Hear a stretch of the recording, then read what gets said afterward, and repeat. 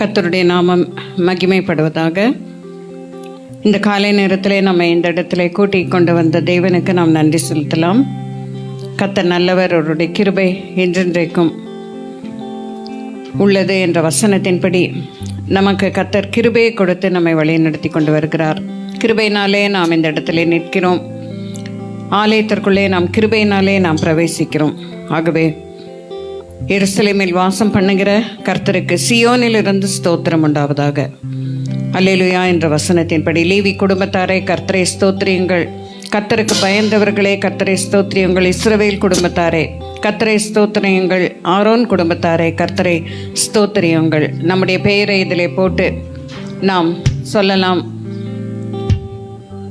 குடும்பத்தாரே கர்த்தரை ஸ்தோத்திரியுங்கள்.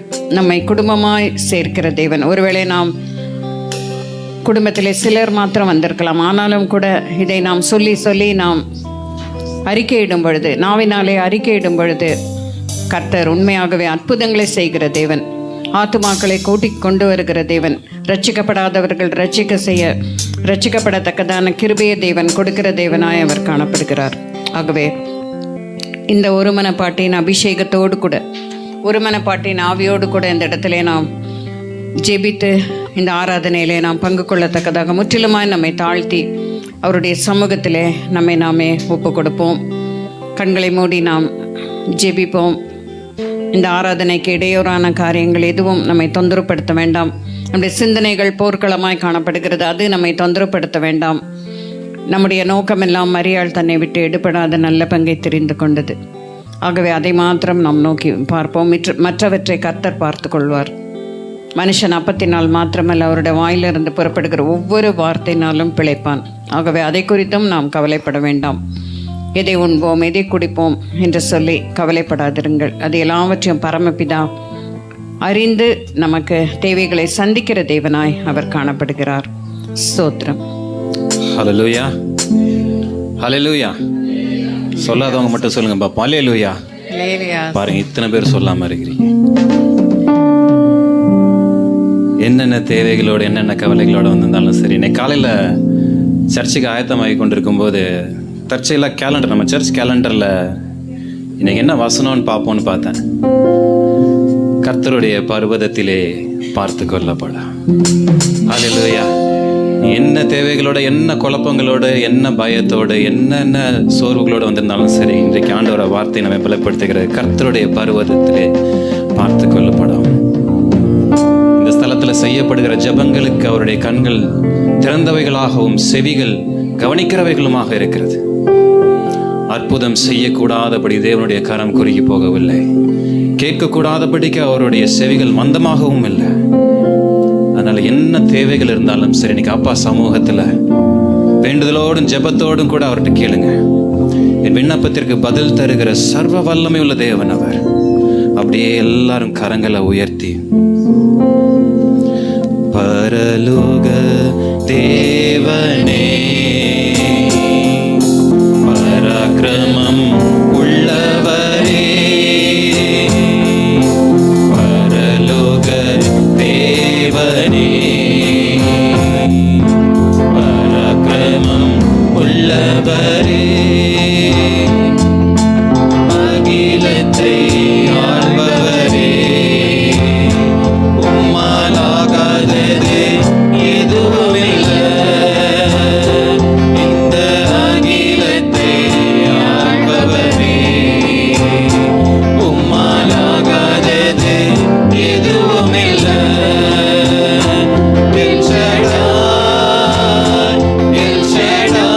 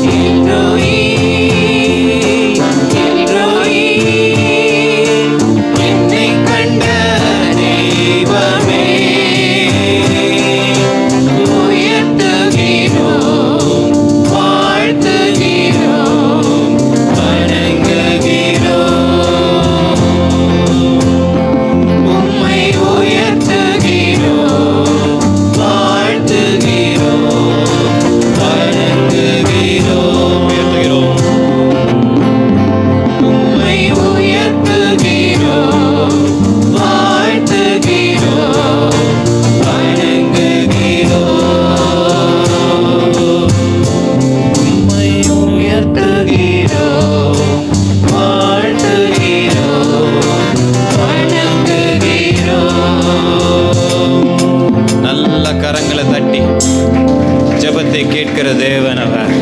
ஓ, உபத்திரப்பட்டவனுடைய உபத்திரவத்தை அற்பமாய் எண்ணாமலும் தம்முடைய முகத்தை அவனுக்கு மறைக்காமலும் அவன் நோக்கி கூப்பிடும் போது பதில் கொடுத்த நல்ல தேவன் அவர். எத்தனையோ ஜெபங்களுக்கு பதில் கொடுத்திருக்கிறார்ல. யோசிச்சு பாருங்க, கர்த்தர் செய்த நன்மைகளை எண்ணி எண்ணி பாருங்க. வேண்டிக் கொள்வதற்கும் நினைப்பதற்கும் அதிகமாகவே எனக்குள் கிரியை செய்த தேவன் அவர். அப்படியே உள்ளத்தின் ஆழத்திலிருந்து கர்த்தருக்கு ஸ்தோத்திரங்களை ஏறெடுப்போமா? ஸ்தோத்திரங்களை ஏறெடுப்போமா? எத்தனையோ முறை என்னுடைய சூழ்நிலைகள் எனக்கு தெரியும், என் பிரச்சனைகள் எனக்கு தெரியும். பல முறை சூழ்நிலைகள் என் கையை மீறி போனதை நான் அறிவேன். தண்ணீர் என் தலைக்கு மேல ஓடுனதெல்லாம் எனக்கு தெரியும். ஆனா தண்ணீரின் நெருப்பையும் கடந்து வந்து என்னை செழிப்பான இடத்துல கொண்டு வந்து விட்டவர் அவர். எனக்கு உண்டான எல்லா நெருக்கத்திலையும் என் கூப்பிடுதலை கேட்டு என்னை விசாலத்தில் வைத்தவர் அவர். நல்ல இருதயத்தின் ஆழத்திலிருந்து நன்றி சொல்லுங்க. ஸ்தோத்திரங்களை ஏறெடுங்க. துதிக்கு பாத்திரர் அவர், ஸ்தோத்திரத்துக்கு பாத்திரர் அவர். அநேகரின் ஸ்தோத்திரத்தினால் கிருபை பெருகும் என்று சொல்லப்பட்டிருக்கிறது. உள்ளத்தை திறந்த ஆண்டவருக்கு நன்றி சொல்லுவீங்களா? நான் அழுகையின் பள்ளத்தாக்கில் நடந்த நாட்கள் எனக்கு தெரியும். யாருமே பார்க்க கூடாதுன்னு சொல்லி தனிமையில் நின்று நான் அழுத நாட்கள் எனக்கு தெரியும். இரவுல யாரும் பார்க்க கூடாதபடிக்கு ஆண்டவரே அப்பா நான் தலையணைகளை கண்ணீரால் நினைத்த நாட்கள் எனக்கு தெரியும்.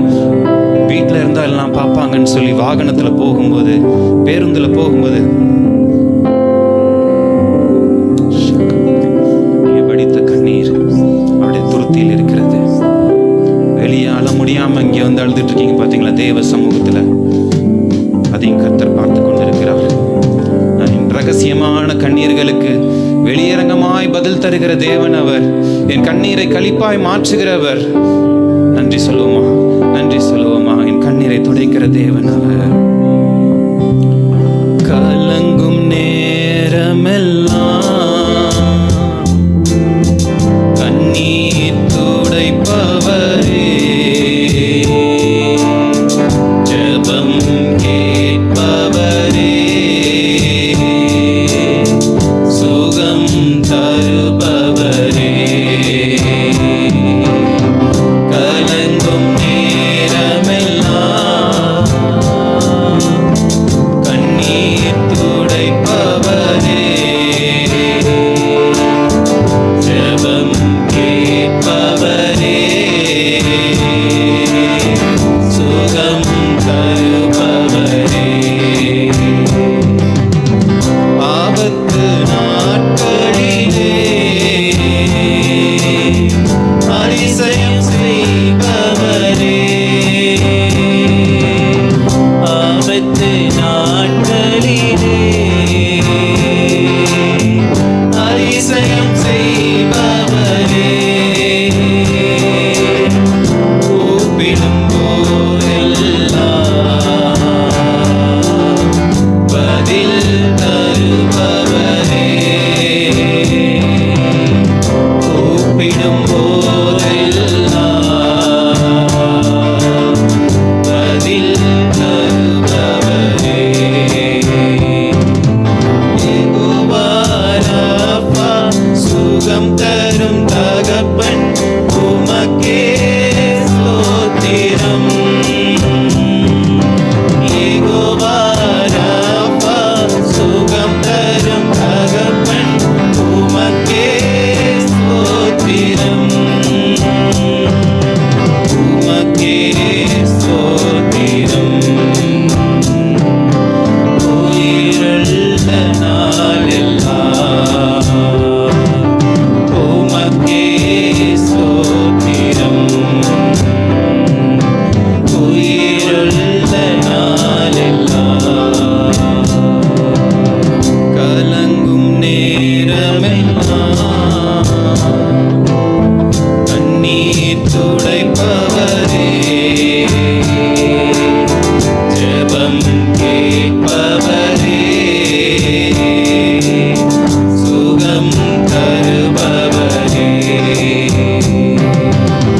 தொல்லைகள் சூழ்ந்திருக்கையில்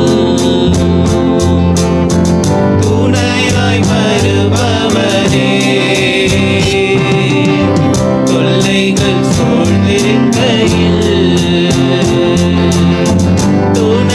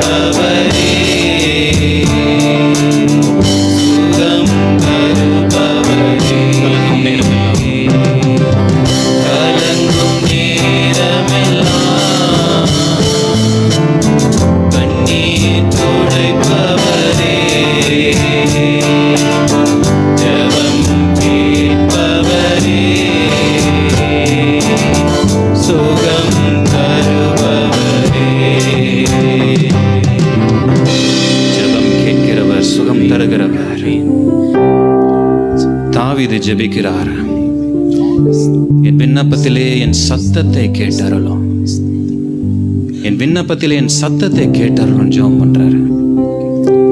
அந்த சத்தத்தில் அத்தனை பயம், அத்தனை கலக்கம், திகில் கலந்தது. நம்பிக்கை எல்லாம் உடைக்கப்பட்ட ஒரு சூழ்நிலை. விண்ணப்பத்தில் என் சத்தத்தை கவனியும்.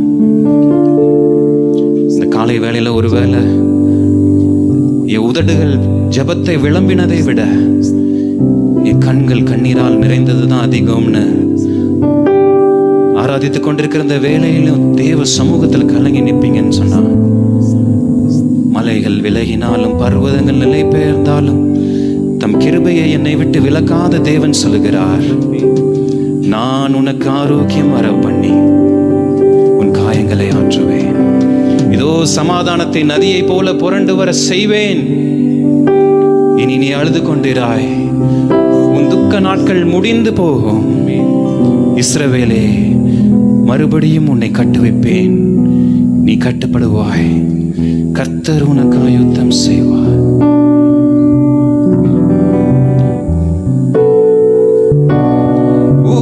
உடன்படிக்கையின் தேவன் உண்மையில் பிசகாதவர். உடன்படிக்கையின் தேவன் உண்மையில் பிசகாதவர். தாவீதுக்கு நான் பொய் சொல்லேன் என்று சொல்லி சொன்னதை நிறைவேற்றுவேன். என் தாவீதுக்கு நான் பொய் சொல்லேன் என்று சொல்லி சொன்னதை நிறைவேற்றுவேன். மறவாமல் நினைப்பவரே, இசையா நிறைவேற்றி முடிப்பவரே. என்னை மறவாமல் நினைப்பவரே, இசையா நிறைவேற்றி முடிப்பவரே. நிறுவ பண்ணின உந்தன் வாக்குகளை நினைத்து நிறைவேற்றுவேன். நிறுவ பண்ணின உந்தன் வாக்குகளை நினைத்து நிறைவேற்றுவேன்.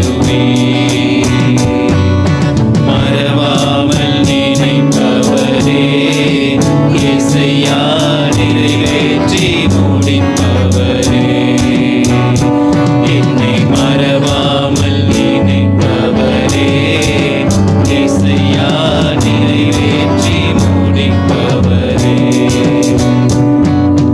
சொன்னதை செய்து முடிப்பீர், நீர் முடித்து தீர்க்கும் மட்டும் கைவிட மாட்டீர். சொன்னதை செய்து முடிப்பீர், நீர் முடித்து தீர்க்கும் மட்டும் கைவிட மாட்டீர். என் கையை கொண்டு தொடங்கினதெல்லாம் என் கையை கொண்டே நிறைவேற்றுவேன். என் கையை கொண்டு நீ தொடங்கினதெல்லாம் என் கையை கொண்டே நிறைவேற்றுவேன். மறவாமல் நினைப்பவரே, இசையா நிறைவேற்றி முடிப்பவரே.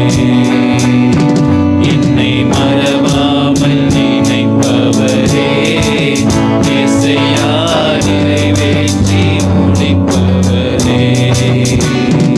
என்னை மறவாமல் நினைப்பவரே, இசையா நிறைவேற்றி முடிப்பவரே. மறவாமல் நினைப்பவரே, இசையா நிறைவேற்றி முடிப்பவரே. அண்ணால் தேவ சமூகத்துல மிகுந்த வியாகுலத்தோடு கண்ணீரோடு கலக்கத்தோடு வந்து நிற்கிறாங்க. அந்த வியாகுலத்தில் அவங்க ஏறெடுக்கிற ஜெபம், அடியாளின் சிறுமையை பார்த்து மறவாமல் நினைத்தருளுங்கப்பா அப்படி. வேதம் சொல்லுகிறது, கர்த்தர் அன்னாளின் ஜெபத்தை கேட்டார். கர்த்தர் அன்னாளை நினைத்தருளினார். மிகுந்து உடைஞ்சி போய் தேவ சமூகத்துல கண்ணீரோடும் கலக்கத்தோடும் வந்து நின்ன அன்னாளுக்கு கர்த்தருடைய வார்த்தை புறப்பட்டு வந்தது. சமாதானத்துடனே போ, இஸ்ரவேலின் தேவனிடத்தில் கேட்ட உன் விண்ணப்பத்தின்படியே கர்த்தர் உனக்கு கட்டளையிடுவாராங்க. சாமுவேல் என்றால் அந்த பெயருக்கு அர்த்தம் ஜெபம் கேட்கப்பட்டது என்ற அர்த்தம்.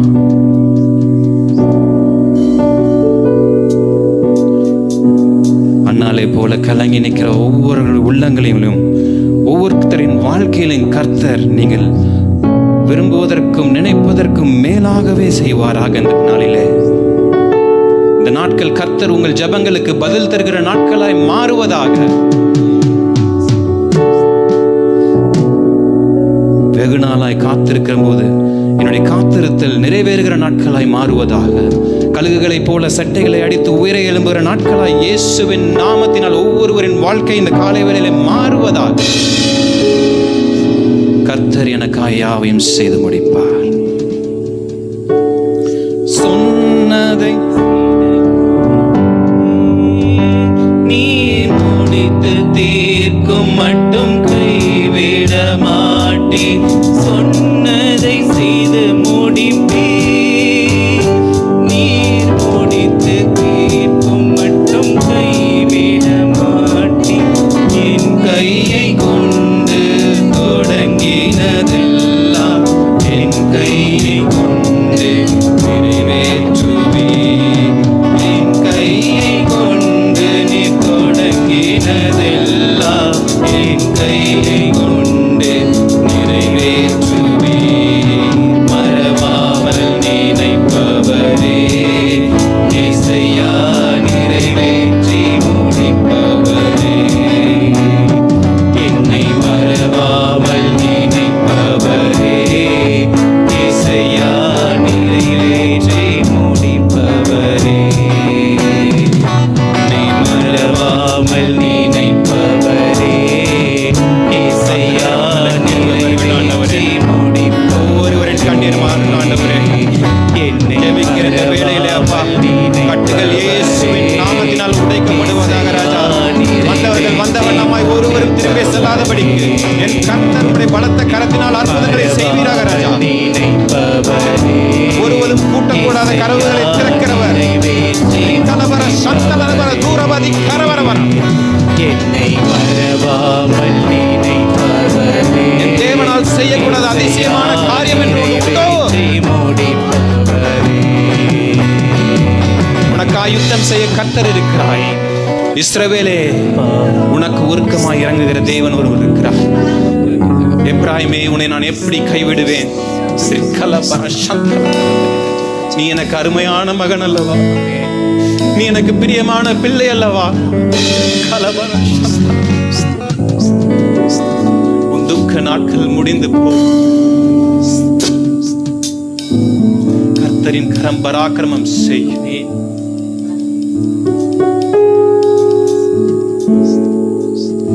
மறவாமல் நினைப்பவரே, இசையா நிறைவேற்றி முடிப்பவரே. என்னை மறவாமல் நினைப்பவரே, இசையா நிறைவேற்றி முடிப்பவரே. என்னை மறவாமல் நினைப்பவரே, இசையா நிறைவேற்றி முடிப்பவரே. என்னை மறவாமல் நினைப்பவரே, இசையா நிறைவேற்றி முடிப்பவரே. மறவாமல் நினைப்பவரே, இசையா நிறைவேற்றி முடிப்பவரே. கர்த்தர் எனக்காய் யாவையும் செய்து முடிப்பார்.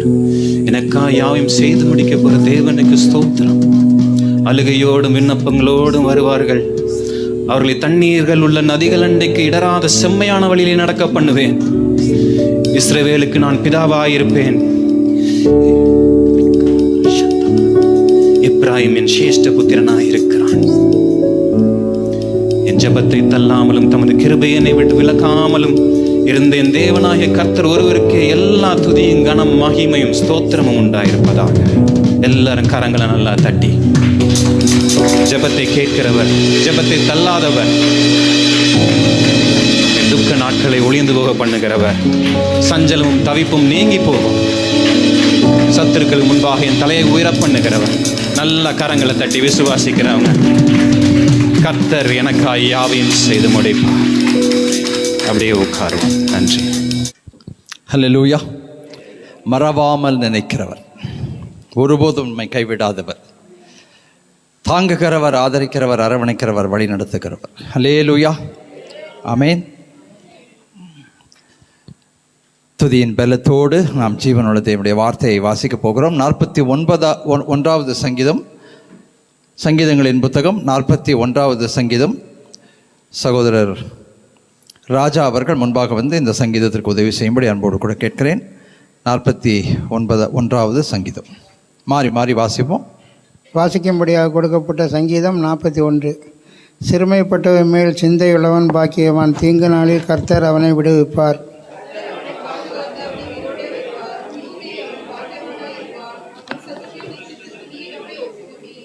படுக்கையின் மேல் வியாதியாய் கிடக்கிற அவனை கர்த்தர் தாங்குவார். அவனுடைய வியாதியிலே அவன் படுக்கை முழுவதும் மாற்றி போடுவார்.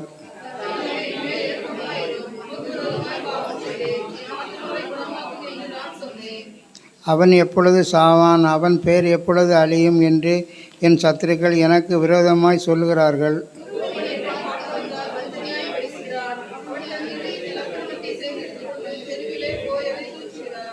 என் பகைஞரெல்லாம் என்மேல் ஏகமாய் முணுமுணுத்து எனக்கு விரோதமாயிருந்து எனக்கு பொல்லாங்கு நினைத்து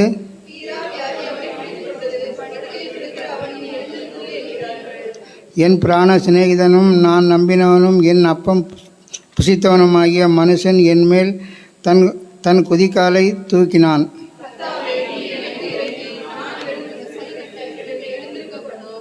என் சத்துரு என்மேல் ஜெயங்கொள்ளாதிருந்தனால் நீர் என்மேல் பிரியமாயிருக்கிறீர் என்று அறிவேன்.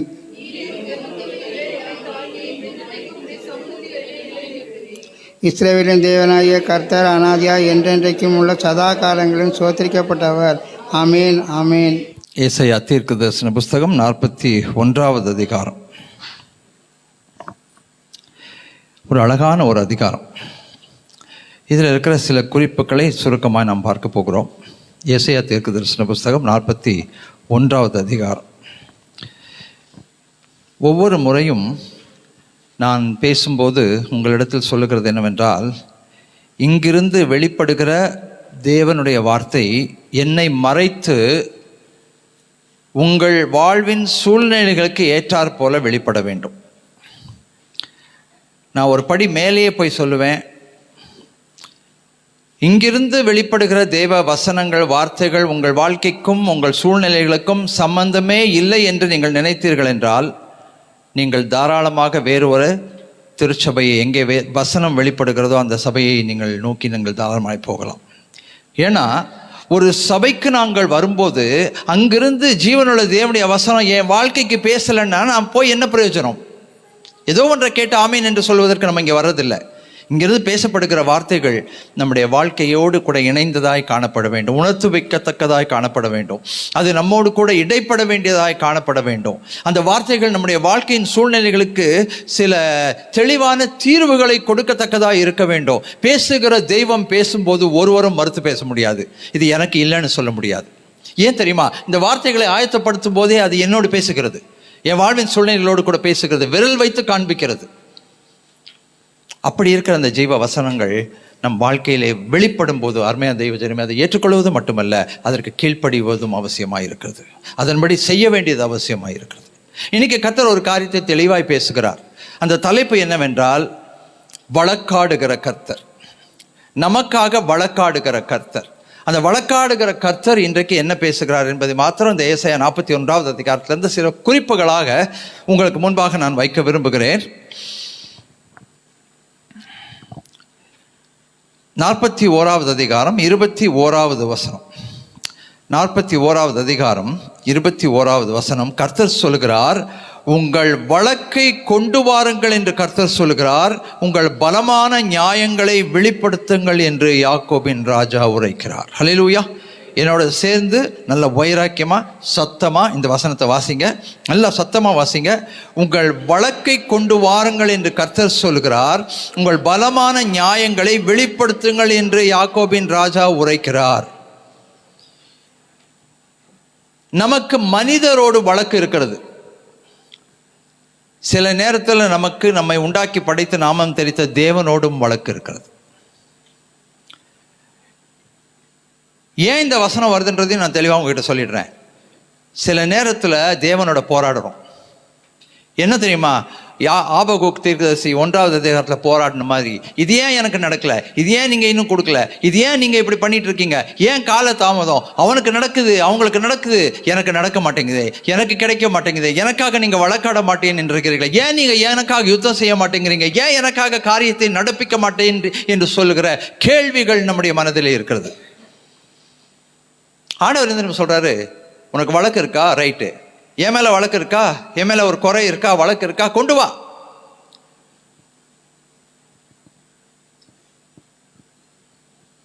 உன் பலமான நியாயங்களை எனக்கு முன்பாக வெளிப்படுத்து.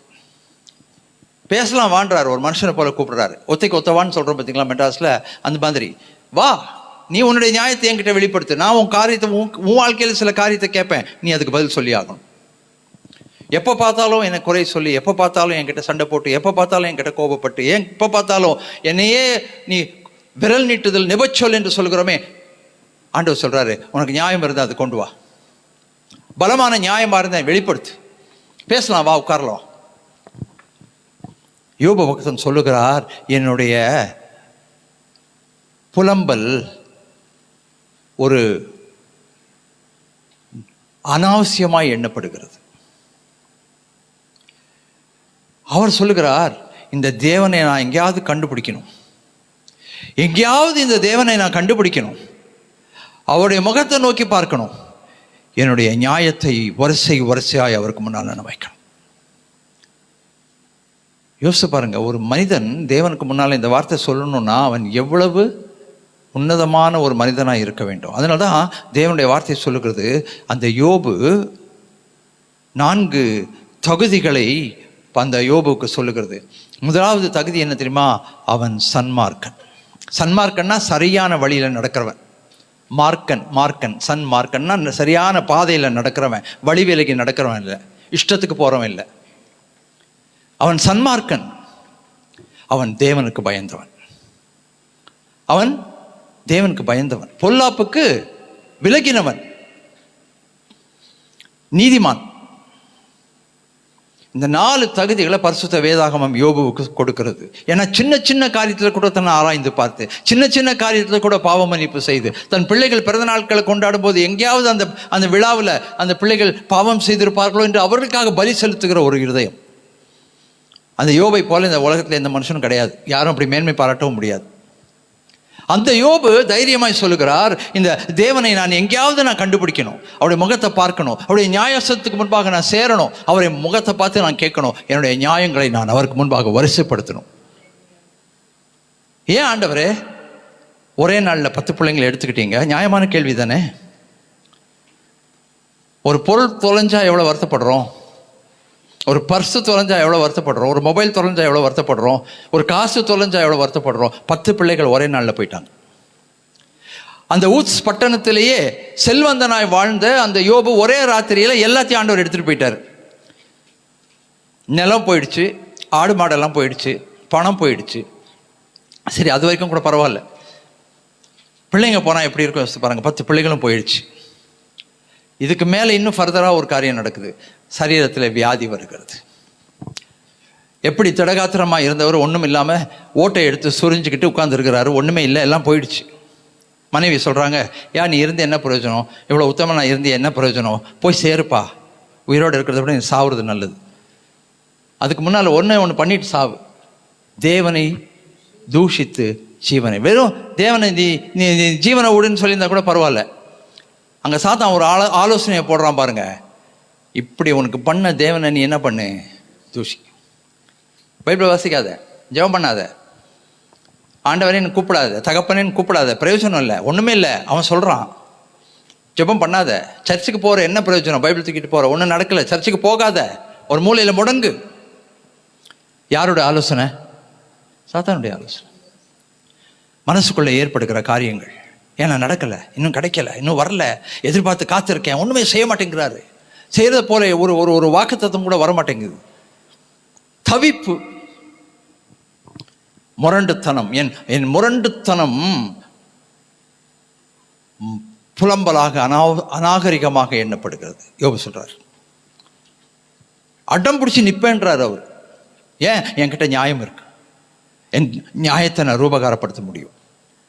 நீங்களும் நான் யாராவது ஒருத்தர் அப்படி போய் சொல்ல முடியுமா? ஆண்டவர் சொல்லுகிறார், உன்னுடைய வழக்கை என்னிடத்துல கொண்டு வா. உன் பலமான நியாயங்கள் இருக்கே, உனக்கு நீ நினைச்சிட்டு இருக்கல இதெல்லாம் ரொம்ப ஸ்ட்ராங் ஆர்கியூமெண்ட்ஸ்னு, அதெல்லாம் கொண்டு வா, எனக்கு முன்னால் வை, பேசலாம் வா.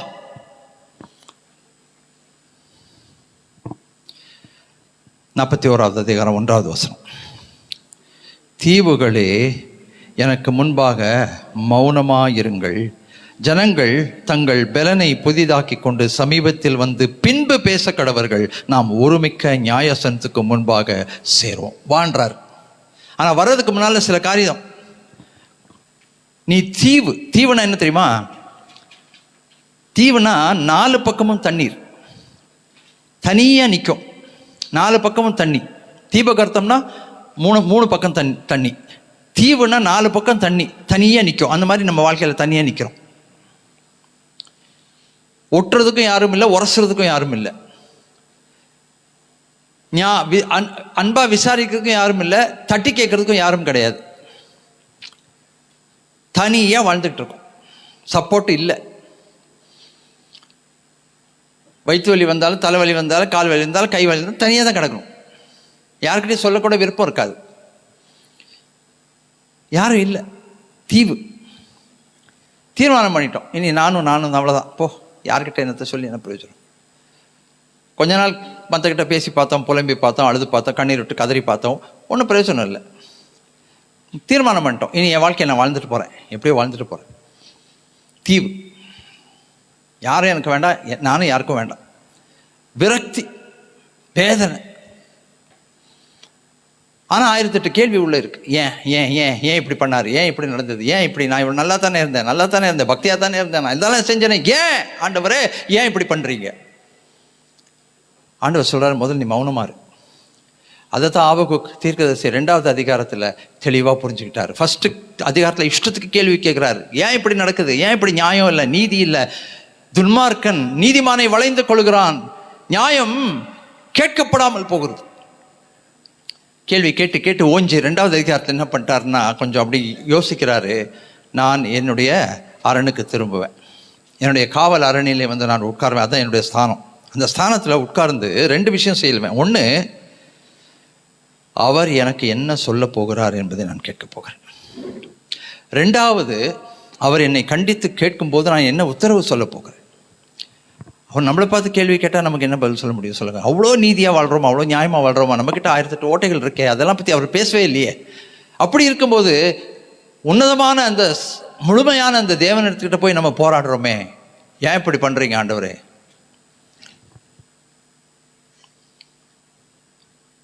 அந்த யோனா நீங்கள் பார்த்தீங்கன்னா சொல்கிறாரு, போகாதப்பா, அங்கே நினிவேக்கு போகாத, தர்ஷீஸ், இங்கே போக வேண்டிய இடத்துக்கு போகாமல் எங்கேயோ போய் ஒருத்தர் உட்காந்துக்கிறாரு. அப்புறம் கடைசியில் போக வேண்டிய நிலைமை வருது.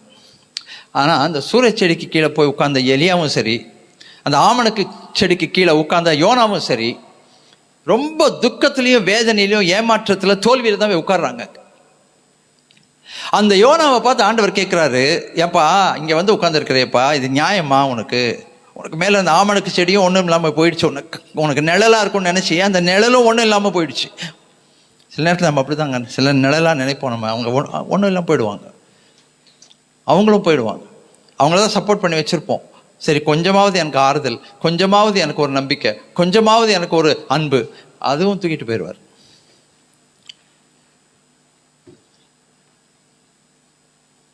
யோனாவை பார்த்து ஆண்டவர் கேட்குறாரு, நீ எரிச்சலாக இருக்கிறது நல்லதா? நீங்களும் நானும் என்ன சொல்லியிருப்போம்?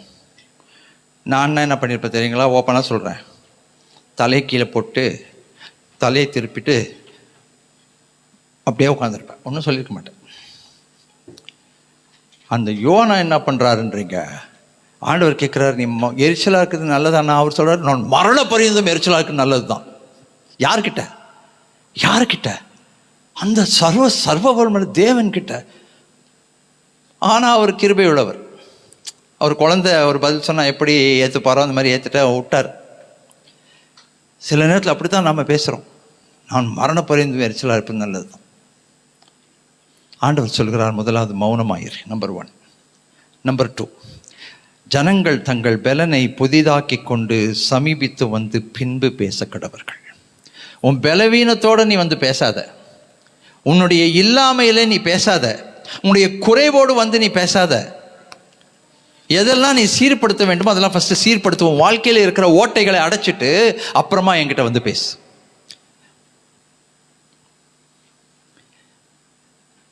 ஸ்கூல்லலாம் எனக்கு கற்றுக் கொடுத்துருக்குறாங்க, கோபம் வந்தால் உடனே பேசாத, சைலண்ட் ஆயிரு.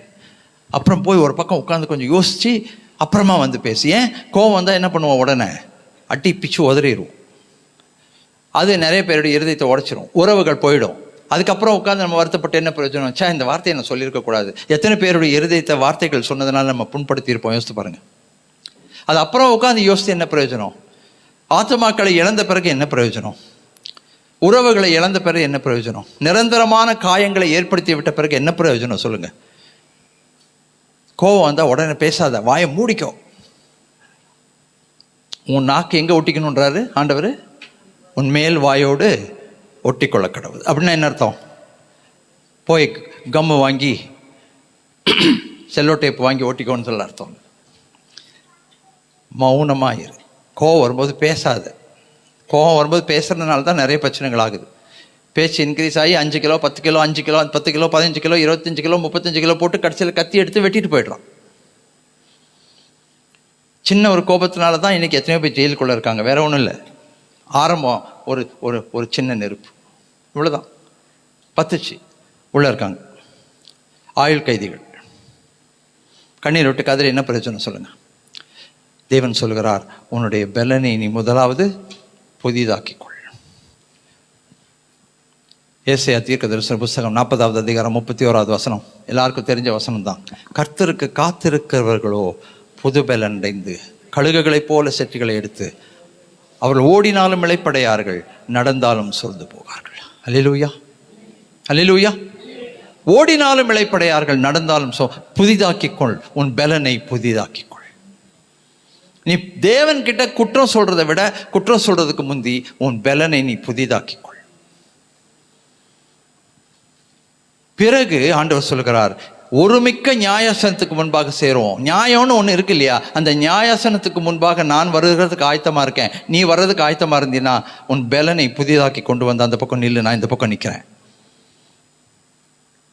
எத்தனை பேர் கோர்ட்டு உள்ளே பார்த்துருக்கீங்கன்னு தெரியல. அஃப்கோர்ஸ் டிவிலலாம் பார்த்துருப்பீங்க இல்லைங்களா? டிவியில் சினிமா சீரியல்லாம் பார்த்துருப்பீங்க. கோர்ட்டு நீங்கள் பார்த்துருப்பீங்க. கோர்ட் சீன்,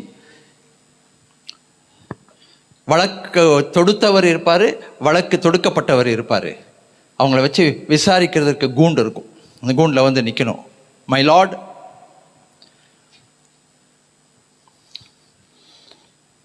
ஆண்டவர் சொல்கிறார், நீ அங்கே வந்து நிற்கிந்து உன்னை வழக்காடுறதுக்கு முன்னால் உன் பலனை புதுப்பித்து கொண்டு வா.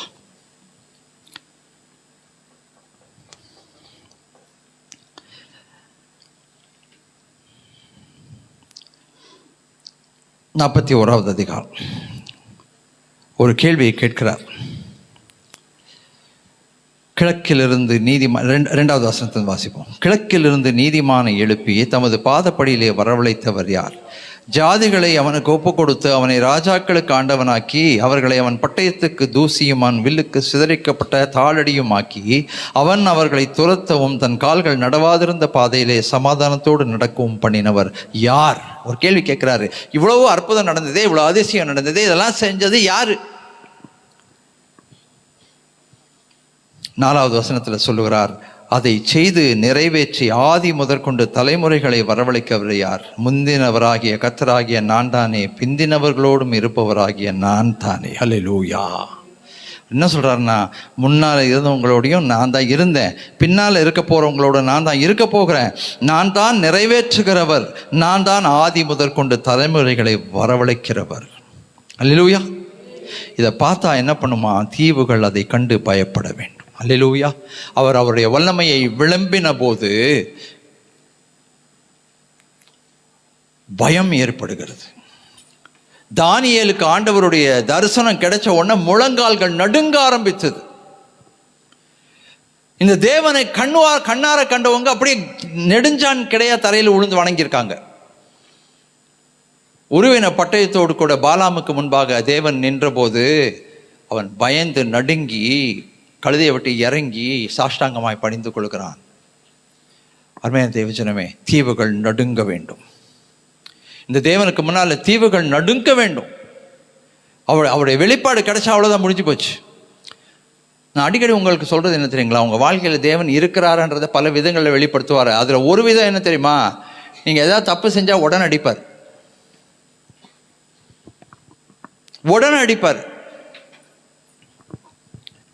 ஒரு வாலிப பிள்ளை என்கிட்ட சாட்சி சொன்னான். சினிமாவுக்கு கிளம்பி போனேன், ஃப்ரெண்டோட சினிமாவுக்கு போனேன், ராத்திரி நைட் ஷோ, யாருக்கும் தெரியாது, எல்லாத்தையும் ஏமாற்றிட்டு போனேன். ஆனால் நடந்தது என்ன தெரியுமா, அவங்க சினிமாவுக்கு போய் தியேட்டருக்குள்ளே என்ட்ரு பண்ணுறதுக்குள்ளே தூங்கிட்டு இருந்த பாஸ்டர் ஆண்டவர் எழுப்பி விட்டார். தூங்கிட்டு இருந்த பாஸ்டர் ஆண்டவர் எழுப்பி,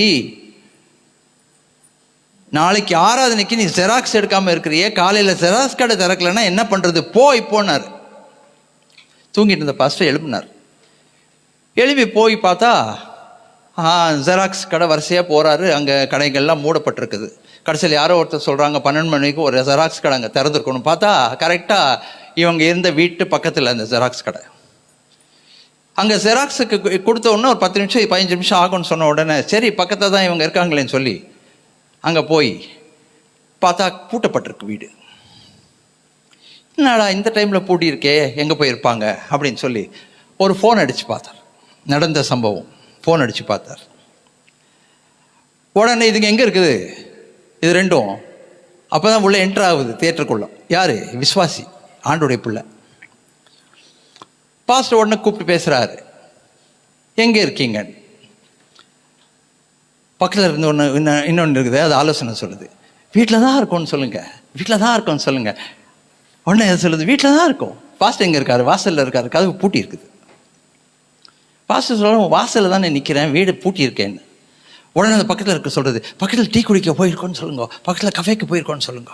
அது ஒரு பேரை சொல்லுது. அங்கே அது பார்த்தாலே தெரியுது அந்த கஃபே. பாஸ்டருக்கு பார்த்தா தெரியுது, அங்கே இல்லையே. அவ்வளோதான். அந்த ராத்திரி அடித்து புரண்டு உடனே உள்ளே போனது. ஃப்ராக்ஷன் ஆஃப் அ செகண்டில் கிளம்பி ஓடி வந்து சரண்டர் ஆயிடுச்சு. ஆமாம் பாஸ்டர், தப்பு தான் பாஸ்டர், நாங்கள் எங்கே இருந்தோம் அங்கே இருந்தோம். கர்த்தர் பாருங்க கரெக்டாக வெளிப்படுத்துகிறார். அதோட முடியல கதை.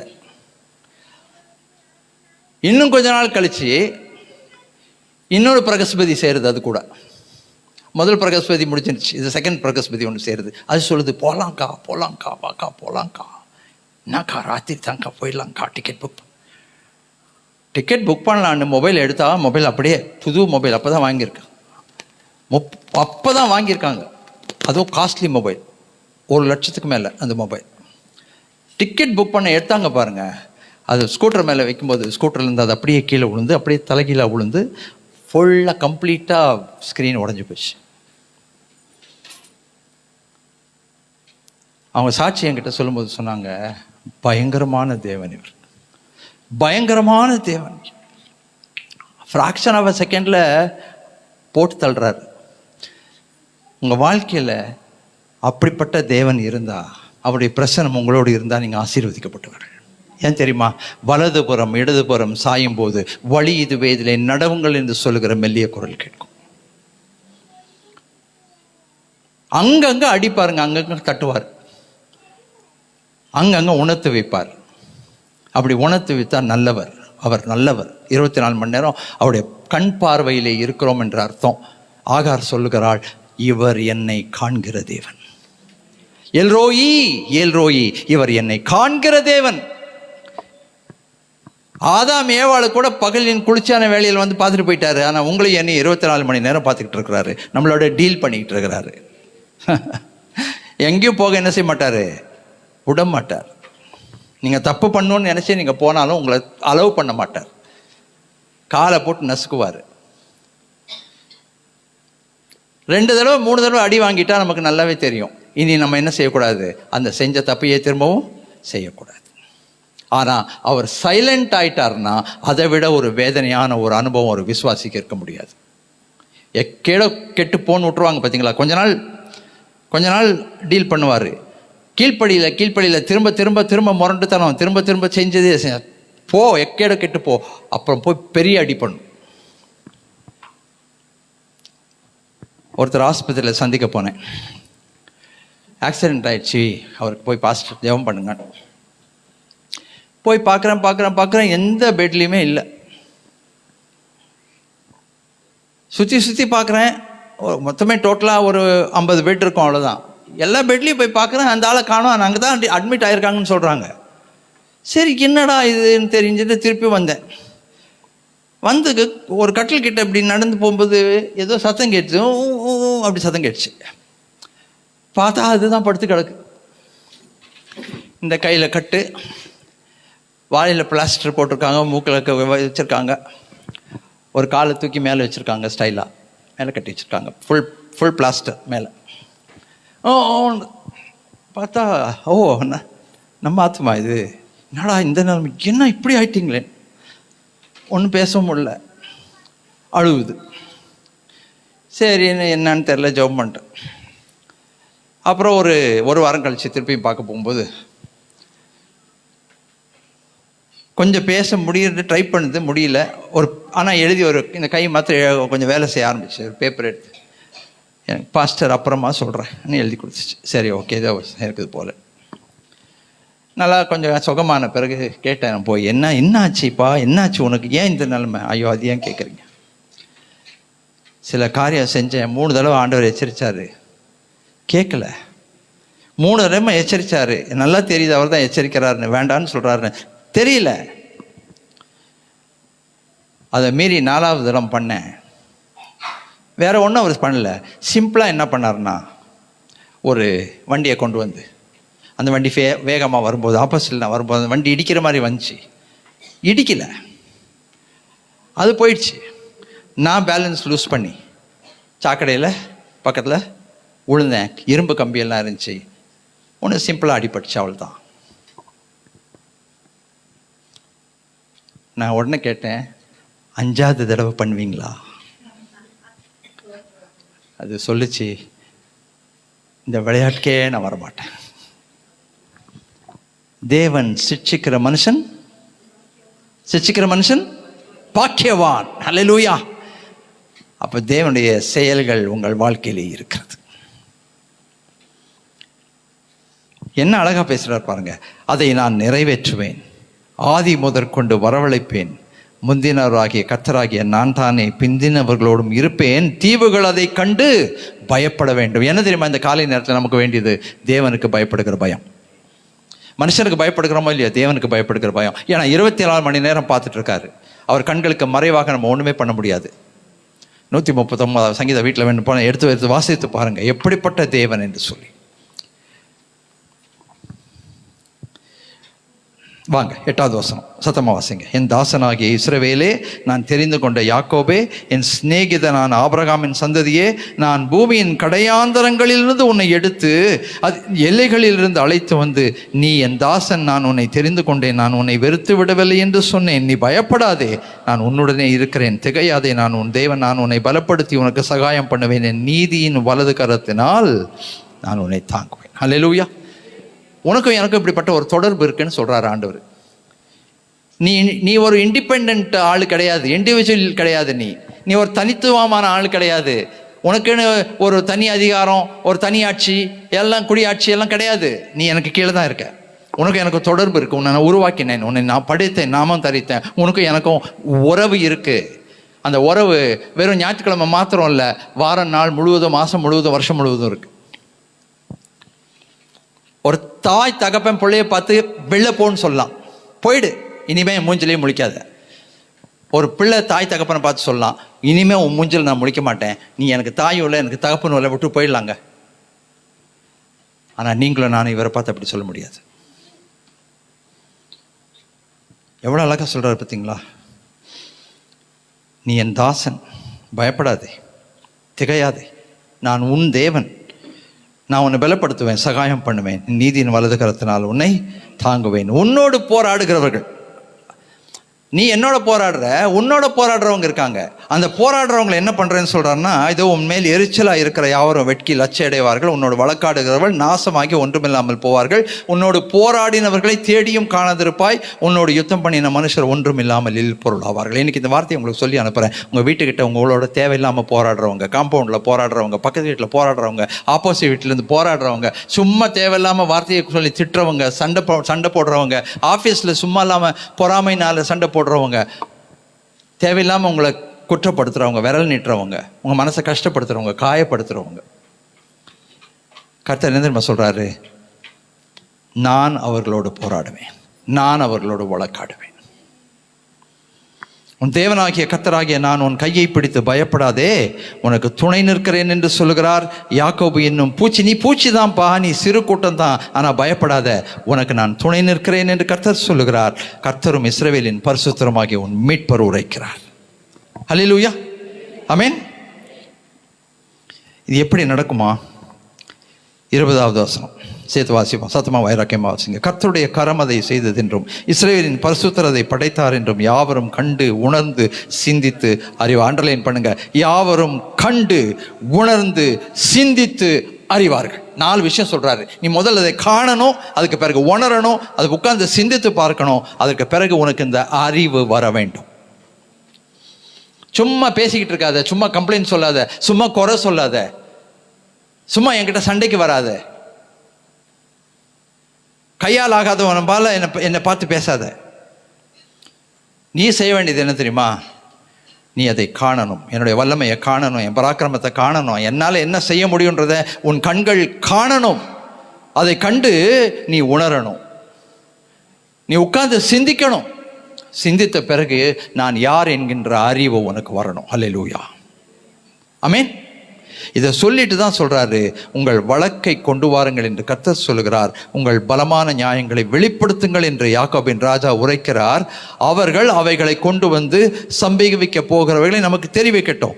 இவைகளை முந்தி சம்பவிப்பவைகள் இன்னவென்று சொல்லி நாம் நம்முடைய மனதை அவர்கள் மீது வைக்கும்படிக்கும் பிந்தி சம்பவிக்கிறவர்களை நாம் அறியும்படிக்கு நமக்கு தெரிவிக்கட்டும். வரும் காரியங்களை நமக்கு யாராவது சொல்ல முடியுமா? பின்னால் என்ன நடந்ததுன்னு சொல்லலாம் ஓரளவுக்கு, நம்ம ஓரளவுக்கு. முன்னால் என்ன நடக்க போகுதுன்னு சொல்லுமா? முடியாது. அந்த மாதிரி யாராவது இருந்தால் கூட்டிகிட்டு வாங்கன்றாரு. என்ன நடக்க போகுதுன்னு சொல்கிறவங்க யாராவது இருக்காங்களா? தெளிவாக சொல்கிறவங்க இருக்காங்களா? ஏன் தெரியுமா? அந்த அறிவு அவருக்கு மட்டும்தான் இருக்குது. நமக்கு என்ன நடக்க போகுது, என்ன எப்படி நம்ம கொண்டு போக போகிறாரு, எங்கே வைக்க போகிறாருன்றது அந்த அறிவு அவருக்கு மட்டும்தான் இருக்குது. அந்த நாலேஜ் அவருக்கு மட்டும்தாங்க இருக்குது, நமக்கு அது இல்லை, யாரும் சொல்ல முடியாது. அப்புறம் பின் காரியங்களை எங்களுக்கு தெரிவியுங்கள், அப்பொழுது நீங்கள் தேவர்கள் என்று அறிவோம், அல்லது நன்மைக்காகவோ தீமைக்காகவோ செய்க, அப்பொழுது நாங்கள் திகைத்து ஏகமாய் கூடி வந்து அதை பார்ப்போம். சொல்லுங்க, இதெல்லாம் சொன்னீங்கன்னா தேவர்கள் என்று நாங்கள் ஏற்றுக்கொள்கிறோம். யாராவது இருக்காங்களா? இல்லை. நீங்கள் சூனியத்திலும் சூனியம். கரங்களை வைத்து சொல்லுமா, நான் யார் தெரியுமா? நான் யார் தெரியுமா? சூனியத்திலும் சூனியம். சூனியம்னா என்னது? சூனியமே என்ன, ஒன்றும் இல்லைன்னு அர்த்தம்.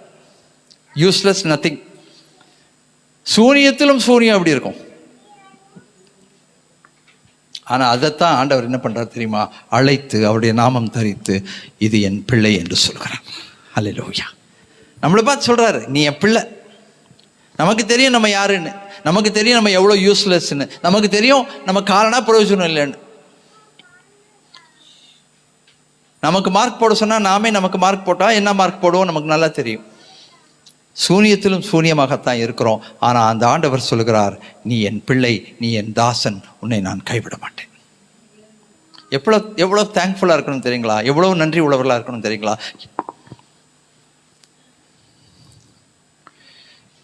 அதே வார்த்தை தான் திரும்பியும் சொல்கிறாரு 16வது வசனத்தில் பாருங்க.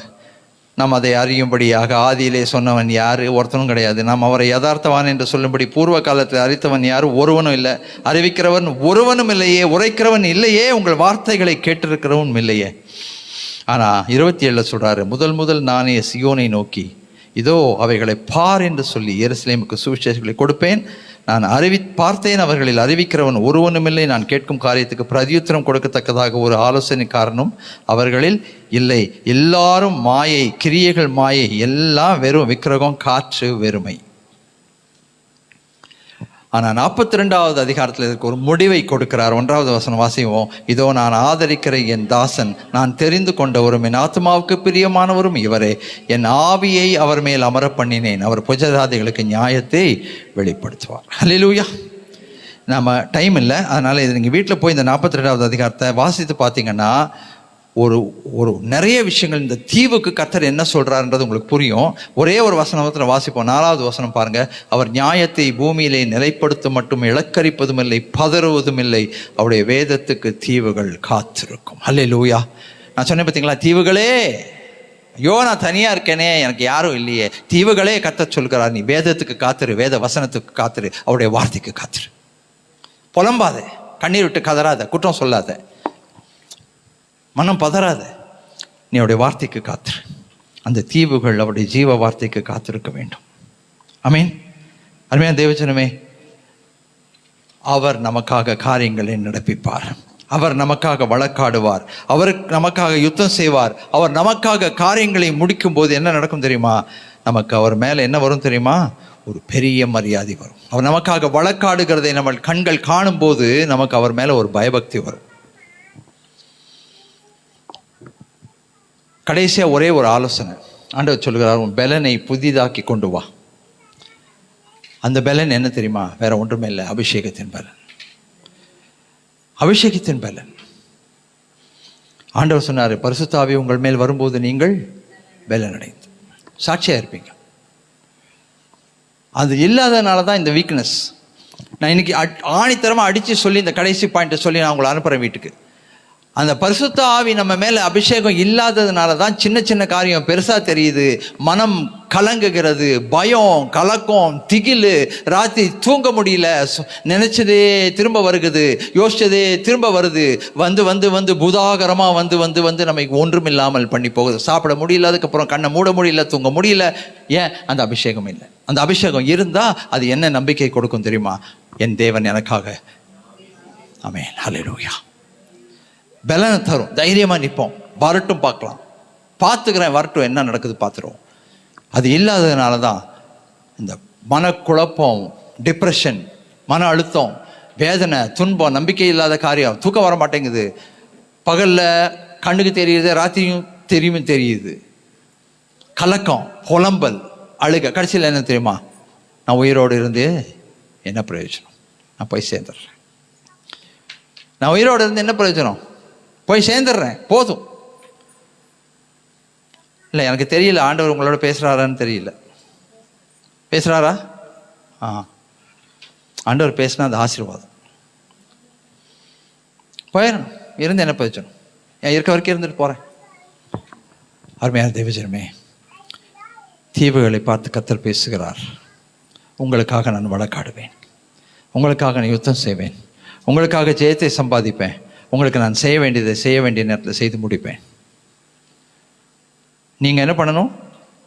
உங்கள் பெலனை புதிதாக்கி கொள்ளுங்கள். உங்கள் பெலனை புதிதாக்கி கொள்ளுங்கள்.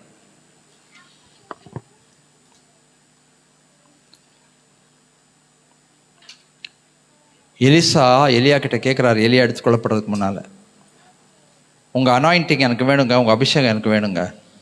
அது எப்படி வேணும்? 2 மடங்கு. யோசிச்சு பாருங்க, வேற எதுவுமே கேட்கல, 2 மடங்கு வேணுங்கிறாரு. ஏன்?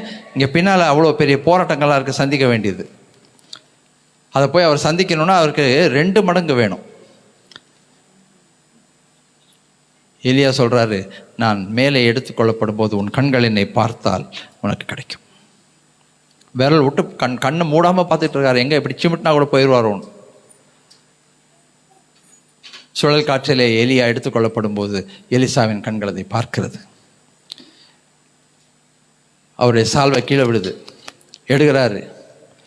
அவருக்கு இப்போது நடக்குமா நடக்காதா, இதில் வல்லமை இருக்கா இல்லையா, ரெட்டிப்பான அபிஷேகம் கிடைக்குமா கிடைக்காதா, ஓங்கி யோர்தான் நதியை அடிக்கிறார். எலியாவின் தேவன் எங்கே?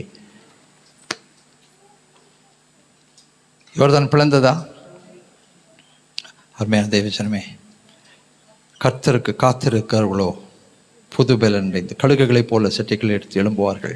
அவர்கள் ஓடினாலும் இளைப்படையார்கள், நடந்தாலும் சொந்து போவார்கள். பிரயோஜனமாக இருந்ததா? பேச மனசில்? ஆமேன், அல்லேலூயா. அப்படியே கண்களை மூடி ஒப்பு கொடுங்க. சொல்லுங்கள் ஆண்டவர்கிட்ட, இனிமேல் நான் திட்ட மாட்டேன், பேச மாட்டேன், குறை சொல்ல மாட்டேன், குற்றப்படுத்த மாட்டேன், விரல் காமிக்க மாட்டேன், உங்கள் இருதயத்தை புண்படுத்த மாட்டேன், நீங்கள் ஒன்றுக்கு லாய்க்கு இல்லைன்னு யோசிக்கவும் மாட்டேன், சொல்லவும் மாட்டேன்.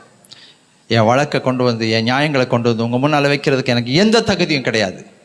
ஆனால் நான் என் பலனை நான் புதுப்பித்து கொண்டு காத்திருப்பேன். கர்த்தருக்கு காத்திருக்கிறவர்களோ, நீங்கள் எனக்காக வழக்காடுவீங்க, யுத்தம் செய்வீங்க, நீங்கள் எனக்காக காரியங்களை நடப்பிப்பீங்க. ஒப்பு கொடுங்க, ஒப்பு கொடுங்க, ஒப்பு கொடுங்க, ஒப்பு கொடுங்க.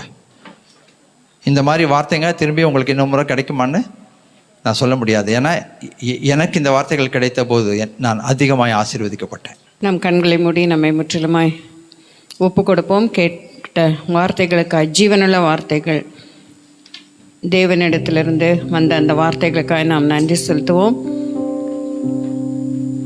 தகப்பனே, இந்த அருமையான நேரத்திற்காக நாங்கள் நன்றி செலுத்துகிறோம். இந்த கிருபைகள் இரக்கங்களுக்காக உமக்கு ஸ்தோத்திரம் அப்பா. இப்பொழுதும் நாங்கள் தகப்பனே உம்முடைய சத்திய வசனத்தை கேட்பதற்கு, அதன் விளக்கங்களை நாங்கள் அறிந்து கொள்வதற்கு நீர் எங்களுக்கு உதவி செய்ததற்காக உமக்கு ஸ்தோத்திரம். இது உம்முடைய தேவாலயத்திலே நான் உம்முடைய வார்த்தைகளை ஆராய்ச்சி செய்யும்படியாக, உம்முடைய பிரசன்னத்தை காணும்படியாக, உணரும்படியாக தேவாலயத்தில் தங்கியிருப்பதையே நாடுவேன் என்று சங்கீதக்காரன் சொன்னது போல தகப்பனே, இப்பொழுதும் அந்த நோக்கத்தோடு நாங்கள் இங்கே வந்து உம்மை தொழுது கொண்டு உம்முடைய வார்த்தைகளினாலே பலனடைந்து இந்த இடத்தை விட்டு போகத்தக்கதான கிருபை கொடுத்ததற்காக ஸ்தோத்திரம். எங்கள் காரியங்களை குறித்தே நாங்கள் பேசி கொண்டிருக்காத படிக்கு தகப்பனே, எங்கள் பலவீனங்களை குறித்து நாங்கள் பேசாத படிக்கு இதோ தகப்பனே, எங்களுடைய பலனை நாங்கள் புதிதாக்கி கொண்டு உம்முடைய சமூகத்திலே நாங்கள் வந்து தைரியத்தோடு நாங்கள் போராடி கேட்கத்தக்கதான கிருபையை தாரும். நீர் என்னை ஆசீர்வதித்தால் ஒழிய நான் உன்னை விடமாட்டேன் என்று யாக்கோபு சொன்னது போல தகப்பனே, அந்த பலனை புதிதாக்குகிற தேவனப்பா தகப்பனே, எங்கள் பிரச்சனைகள் போராட்டங்களின் மத்தியிலே தகப்பனே, நீர் எங்களுக்கு பலனாயிருந்து எங்களை நடத்துகிற தேவனாக இருக்கிறீர். அவைகளுக்கு பதில் கொடுக்கிற தேவனாக நீர் காணப்படுகிறீரப்பா தகப்பனே. சோத்திரம் சோத்திரம் சோத்திரம். நாங்கள் முதலாவதாக எங்களை சரி செய்து கொள்ளத்தக்கதாக, உம்முடைய வசனத்தினால் எங்களை சுத்திகரித்து கொள்ளத்தக்கதாக, பரிசுத்தாவின் வல்லமையினாலே, உம்முடைய இரத்தத்தின் வல்லமையினாலே சுத்திகரித்து கொண்டு எங்கள் வழக்கை உம்முடைய சமூகத்திலே கொண்டு வந்து தகப்பனே, உம்முடைய வசனத்திற்கு நாங்கள் காத்திருந்து தகப்பனே, நீ நியாயத்தை பூமியிலே நிலைப்படுத்தும் மட்டும் தகப்பனே நாங்கள் காத்திருந்து பெற்றுக்கொள்ளக்கூடிய கிருபைகளை நீ தருவீர் என்று சொல்லி நாங்கள் விசுவாசிக்கிறோம் தகப்பனே. பலவீனத்திலே நாங்கள் பேசாதபடி காத்துக்கொள்ளும் அப்பா. அநேக முறுமுறுப்புகள் எங்கள் வாயிலிருந்து வருகிறதப்பா, அது வராதபடிக்கு தகப்பனே இதோ ராஜா, நாங்கள் எங்களை முற்றிலுமாய் மாற்றிக்கொள்ளத்தக்கதாக ஒரு மாறுபட்ட வாழ்க்கை வாழத்தக்கதான கிருபையை நீர் எங்களுக்கு கொடுத்து வழி நடத்த வேண்டுமா கேட்கிறோம். ஒவ்வொருவரையும் நேர ஆசீர்வதிக்க வேண்டுமா கேட்கிறோம். இங்கே வந்திருக்கிற ஒவ்வொருவரும் பலப்பட்டு திடப்பட்டு இந்த இடத்தை விட்டு போகத்தக்கதாக உதவி செய்தலும். அநேகருக்கு அநேக வழக்குகள் இருக்கிறதப்பா, ஆனாலும் கூட நீர் சொல்லுகிறீர் தகப்பனே, முதலாவதாக உன்னை சரிப்படுத்திக்கொள், பலனை புதிதாக்கிக்கொள் என்று சொல்லி நீ சொல்லுகிறீரப்பா. அப்படியாக அந்த தகப்பனே, எங்களிடத்தில் இருக்கிற குறைவுகளை மன்னியும். உம்முடைய ஆசீர்வாதத்துக்கு தடையாக அவைகள் காணப்படாதபடி காத்துக்கொள்ளும். இந்த வேண்டுதல்களை இயேசு கிறிஸ்துவின் நாமத்தினாலே கேட்டுக்கொள்கிறோம் அன்பின் பரமபிதாவே, ஆமென். அர்ப்பணோட ஊழியத்தை கர்த்தர் கொடுத்து அந்த ஊழியத்தை வள்ளத்திலே சிறப்பாக நடத்தத்தக்கதான கிருபை தேவனுக்கு கொடுத்தார். போகும்போது கூட கொஞ்சம் எனக்கு பலவீனமாக இருக்குமா, நான் எப்படி போவேன் என்று சொல்லி யோசித்து கொண்டிருக்கேன். அப்படிலாம் சொல்லும் பொழுது தைரியப்படுத்தி, நீ போ, கர்த்தர் உன்னோடு கூட இருக்கிறார், ஊழியத்தை வல்லமையாக செய்ய தேவன் உதவி செய்வார் என்று சொல்லி கர்த்தர் கொடுத்த கிருபைகளுக்காக எல்லாவற்றுக்காக நன்றி செலுத்துகிறேன். அர்ப்பணம் வந்து சின்ன சாட்சியை சொல்லும்படியாக கேட்கிறேன். ஜெபித்த உங்கள் ஒவ்வொருவருக்கும் எங்களுடைய நன்றிகளை நாங்கள் தெரிவித்துக் கொள்கிறோம். கர்த்தருடைய பரிசுத்த நாமத்துக்கு ஸ்தோத்திரம். 3 பாயிண்டில் சின்னதாக சாட்சி சொல்லிடுறேன். நம்பர் 1, ஆண்டவர் வந்து போகிற வழியில் ஆக்சுவலி அவரோட கிருபை தான் இருந்தது. சென்னைக்குள்ளேயே 3 மணி நேரம் சிக்கிட்டோம். அப்புறம் அதுக்கு மேலே ஒரு 4 மணி நேரம் ட்ரைவு, அவ்வளோ நீட்டமாயிடுச்சு. ஆனால் பத்திரமா ஆண்டவர் கொண்டு போய் சேர்த்தாரு. நம்பர் 1 பாயிண்ட் வந்து அவங்க பயங்கரமாக பெரிய பெரிய போஸ்டர்ஸ் அடித்து ரோட்டில் ஒட்டி, மெயின் ரோட்லேயே ஒட்டி வச்சுருந்தாங்க. பேனர் கட்டி வச்சுருந்தாங்க. அதை கட்சி இது மாதிரி பேனர் மாதிரி. அதை பார்த்து நான் ரொம்ப பயந்துட்டேன். ஆனால் அதை பார்த்துட்டு ஒரு சில பேர் அந்த மூப்பர்கள், சபையில் இருக்கிற மூப்பர்கள் வந்து, இந்த மாதிரி பொண்ணெல்லாம் கூப்பிடாதீங்க, அவன் முடிய பாருங்கள் எப்படி இருக்கு, இவ்வளோ கூப்பிட்டுருக்கக்கூடாது, நம்ம ஊருக்கு இதெல்லாம் செட் ஆகாது அப்படின்னு சொல்லியிருக்காங்க. ஆனால் லாங் ஸ்டோரி ஷார்ட், என்னை மகள் என்று சொல்லி அவர்கள் அழைத்தார்கள். அது மட்டும் இல்லை, மீட்டிங் முடிஞ்ச பிறகு அது மட்டும் இல்லை, யூத் கன்வென்ஷன் நாங்கள் உங்களுக்காகவே யூத் கன்வென்ஷன் நாங்கள் வச்சு உங்களை திரும்பி கூப்பிட போகிறோம்னு அந்த எல்டர்ஸ் வந்து சொல்லி என்னை ஆசீர்வாதம் பண்ணி சிலுவை போட்டுட்டு போனாங்க. ஸோ அவருக்கு, அந்த ஐயாவுக்கு, அற்புதராஜ் ஐயாவுக்கு அது ஒரு ஆச்சரியம். ஏன்னா அவரை போட்டு நிந்திச்சிட்டு இருந்திருக்காங்க. இத்தனைக்கும் அந்த பொண்ணு பாருங்க, போஸ்டரில் முக்காடு போடல அப்படின்லாம் பேசியிருக்காங்க. கடைசியில் நான் ஃபுல்லு பிரசங்கத்துக்கு முக்காடே போடலை, நான் மறந்தே போயிட்டேன். அவங்களும் அதை பற்றி கண்டுக்கலை. முழு பிரசங்கம் கேட்டு முடிச்சாச்சு.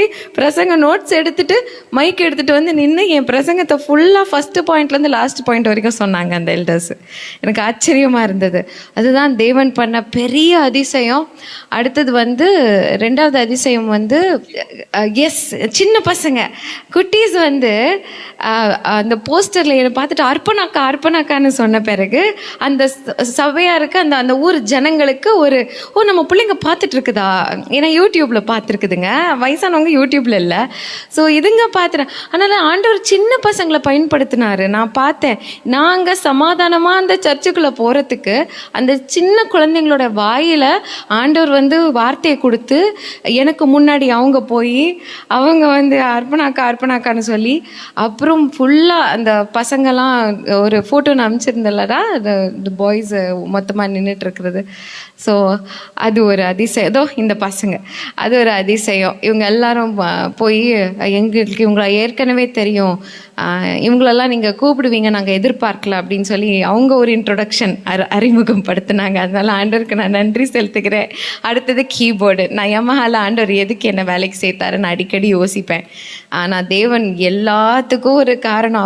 அவர் போடுற அந்த முடிச்சு இருக்குது பார்த்தீங்களா, அது ஆச்சரியமாக இருக்குது. எனக்கு சம்மந்தமே இல்லாத மாதிரி இருக்குது. ஊழியம் ஒரு பக்கம், யமஹா ஒரு பக்கம், சர்ச் ஒரு பக்கம், நான் ஒரு பக்கம், என் மியூசிக் ஒரு பக்கம், சம்மந்தமே இல்லாத மாதிரி இருக்குது. ஆனால் பார்த்தீங்கன்னா ஆண்டவர் எல்லாத்துக்கும் ஒரு முடிச்சு போட்டு விட்டுறார்.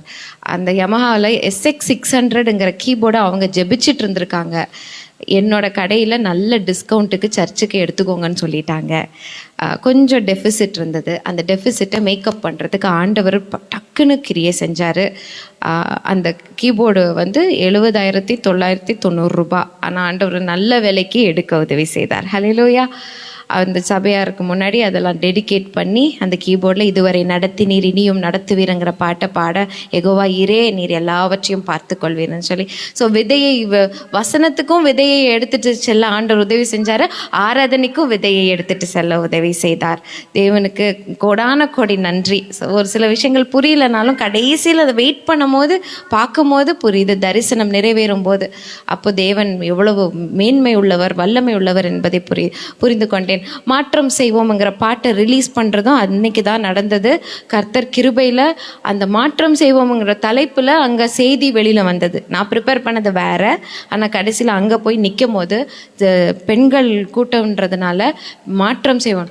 மெயின் மாற்றம் நான் பார்த்தது வந்து, அவர்கள் மனிதனுடைய அப்பியரன்ஸ், இனிமே அவங்க வெளித்தோற்றத்தை பார்த்து ஆத்துமாவை கைவிடாமல் இருப்பாங்க. ஹல்லேலூயா. வெளி தோற்றத்தை பார்த்துட்டு ஆத்துமாவை கைவிட்டுட்டா முடிஞ்சிச்சு. ஆனால் வெளி தோற்றத்துக்கும் தாண்டி உள்ள ஒரு ஆத்துமா இருக்குன்னா அயலானை நேசிக்க முடியும். அயலான் எப்படிப்பட்ட அயலானாக இருந்தாலும், விக்கிரக ஆராதனை செய்கிறவர்களாக இருந்தாலும், மூட நம்பிக்கை உடையவர்களாக இருந்தாலும், நம்மளை வெறுக்கிறவர்களாக இருந்தாலும், பாவத்தில் ஈடுபடுறவங்களாக இருந்தாலும், யாராக இருந்தாலும் அவங்களுக்குள்ளே இருக்கிற அந்த ஆத்துமாவை நேசிக்கும் போது நம்ம சத்தியத்தை, விதையை எடுத்து அவங்களுக்கு விதைக்கிறதுக்கு தேவன் ஒரு வாய்ப்பை ஏற்படுத்துகிறார். அன்பிலே சொல்லித்தரும் காலங்கள், அன்பினாலே ஜெயிக்கும் காலங்கள் இங்கே. அழைப்பவர் சத்தம் கேட்டு வருமா உங்கள் இதயம்னு சொல்லி பிரசங்கம் பண்ண ஆண்டவர் உதவி செய்தார். நீங்கள் பார்க்குறது எல்லாரும் லேடிஸ். அங்கே டோருக்கு பார்த்தீங்கன்னா பின்னாடி ஃபுல்லாக லேடிஸ், ரோடு வரைக்கும் சீட்டு பத்தலை, வெளியில் சேர்ஸ் போட்டாங்க. ஸோ அந்த அளவுக்கு சர்ச்சே பயங்கர பெருசு. இங்கே பார்க்க சின்னதாக தெரியுது, ஆக்சுவலி சரியான பெரிய சபை. அது ஒரு சாட்சி.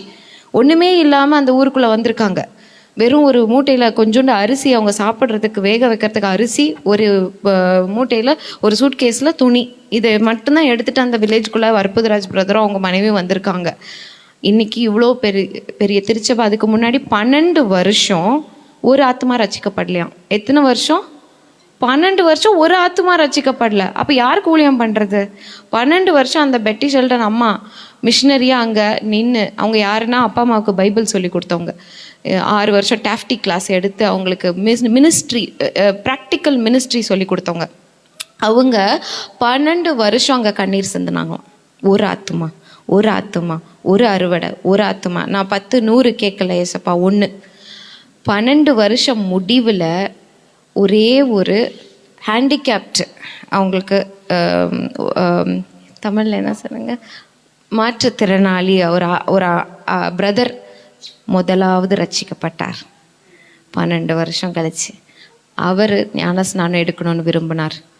அவருக்கான தேவைகளை சந்திக்கிறதுக்கு சபை கட்டுறதுக்கு முயற்சிகள் எடுக்க ஆரம்பித்தாங்க. இன்னைக்கு நீங்கள் பார்த்ததில் பெண்கள் மட்டுமே 300 பேர். ஹல்லேலூயா! பெண்கள் மட்டுமே 300 பேர் வந்திருந்தாங்க. அப்போ பைபிளில் நீங்கள் பார்த்தீங்கன்னா 5000 புருஷர்கள், 5000 மென்னு எழுதுவாங்க. இப்போ அந்த மாற்றம் எப்படின்னா, கிறிஸ்துவுக்குள்ள ஆணுமில்லை பெண்ணுமில்லை மாற்றம் வந்துருச்சு. இன்றைக்கி நான் பெருமையாக சொல்லிக்கிறேன், 300 பெண்கள் வந்திருந்தாங்க. அப்போ அவங்க ஹஸ்பண்ட்ஸு, அவங்க குழந்தைங்க நீங்கள் எண்ணிக்கோங்க. எப்படி ஒரு ஆளுக்கு 2 குழந்தை, ஆளுக்கு ஒரு குழந்தைய வச்சுட்டு வந்திருந்தாங்க. அதிசயமாக இருந்தது. ஆண்டவர் எப்படி நடத்தினார். அந்த லேடிஸ் எல்லாரும் வந்து ஆசீர்வாதம் பண்ணி ப்ளஸ் பண்ணி, அந்த லேடிஸ் எல்லாரும் ஐ திங்க் ஒரு பிக்சரில் அந்த லேடிஸோட நான் நின்றுட்டுருப்பேன். சம் ஆஃப் த லேடிஸ் அங்கே திங்க் யா. ஸோ இவங்க எல்லாரும் அந்த சபையில் மூத்த பொசிஷன்ஸில் இருக்கிற லேடிஸ். எவ்வளோ அவங்க ஜெபம் பண்ணால் பரலோகமே கீழே இறங்கிடும். அப்படி ஜெபிக்கிறாங்க.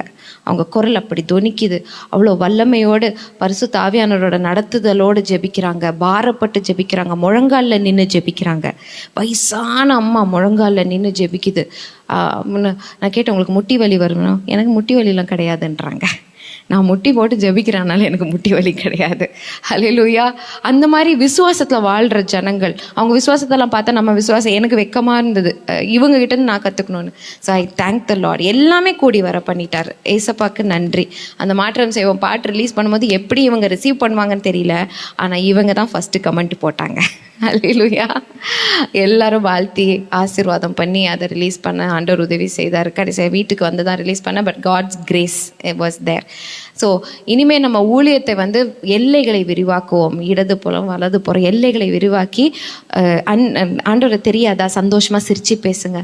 சிரிக்கிறது பாவம் இல்லை. நல்லா அவங்க கூட உக்காந்து பேசுறது பாவம் கிடையாது. ஆனால் நம்ம மனசுக்குள்ள கடைசியில் அது எங்கே போய் முடியணும்னா அவங்களுக்கு சத்தியத்தை நம்ம எப்படியாவது சொல்லணும். ஹல்லேலூயா! Thank you so much. உங்கள் ஜெபங்களுக்காக நன்றி. அந்த ஐயா சொல்லியிருக்காரு, எங்களுக்கு எப்படி தேவன் இந்த இவ்வளவு பெரிய திருச்சபை இவ்வளவு காலம் நாங்கள் தாமதமாகியும் காத்திருந்து நாங்கள் பெற்றுக்கொண்டோமோ, அதே போல் கண்மலை கிறிஸ்து சபைக்கும் ஒரு இடத்தை ஆண்டவர் ஆயத்தம் பண்ணுவார். நான் என்னோட சொந்தக்காரங்க கிட்ட, திருவான்மியூர் சுற்றி இருக்கிற சொந்தக்காரங்க கிட்டலாம் சொல்ல போகிறேன், ஜெபம் மட்டும் பண்ண போகிறதில்ல, லேண்டும் தேட போகிறோம் அப்படின்னு அவர் சொன்னார். ஹல்லேலூயா! அந்த விசுவாசத்தை நான் பாராட்டுறேன். Thank you Arputharaj uncle and aunty and Priscilla, எல்லாத்துக்கும் நன்றி. தேவன் உங்களை அபரிதமாக ஆசீர்வதித்து நடத்துவாராக. உங்களுடைய எல்லா பணிகளையும் தேவன் அழகாய் நடத்துவாராக. ஸ்கூலு எல்லாம் நல்லபடியாக, நிறைய சர்ச்சு பிளான் பண்ணிட்டாங்க, ஸ்கூல் கட்டிட்டாங்க, எல்லாம் நடக்குது.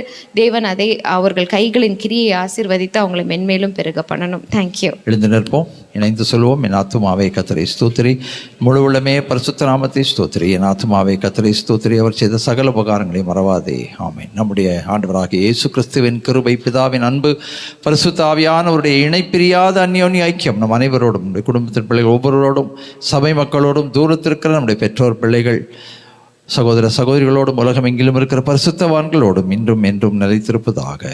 ஆமென். ஹல்லேலூயா. கர்த்தர் உங்களை ஆசீர்வதிப்பார்.